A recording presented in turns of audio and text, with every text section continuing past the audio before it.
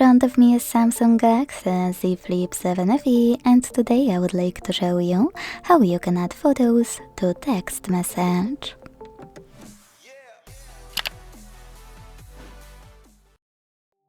Begin by launching Messages app and selecting or creating a chat. Now click on this icon of a camera and the photo at the bottom right corner. To take a photo and add it, hit photo here.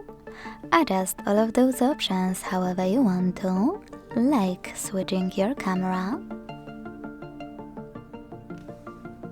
Take a pic and it will be automatically added.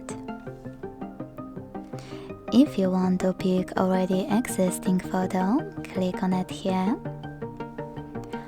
Or if you can't find it, select Photos at the bottom left corner after scrolling down.